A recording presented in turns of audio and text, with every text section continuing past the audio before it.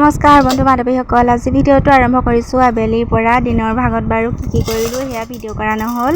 এয়া দেহা মানুহৰ গা ধুই অকণমান উলিয়াই আনিছিলোঁ। তাৰপিছত এয়া আইতাকৰ কোলাত আইতাকে বিচি এয়া আকাশত উৰি ফুৰা চৰাইবিলাক দেখুৱাই ফুৰিছিলে। দেহা মানুহৰ গাটো যিহেতু ভাল নহয়, সেয়েহে অকণমান আমনি কৰিছে আৰু।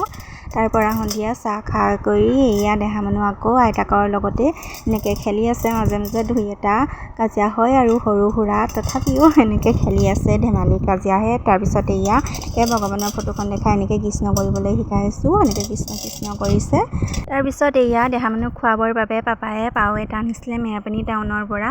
তাকে কুটি বাছি এয়া মায়ে বনাবলৈ বুলি লৈছে কলডিলৰ লগত। হিমগ্ল'বিন কম থকা মানুহে পাও আৰু কলডিল আঞ্জা কৰি জোল কৰি এনেকৈ খাব লাগে বোলে। তাকে দেহা মানুহকো এনেকৈ খুৱাবলৈ বুলি লৈছোঁ। সি যিহেতু মাংস খাব নোৱাৰে বেছি, সেয়ে মাংস 2 পিচমান আৰু জোল বেছিকৈ লৈছোঁ। দেহা মানুহক খুৱাই কৰি ময়ো এনেকৈ খাবলৈ বুলি লৈছোঁ।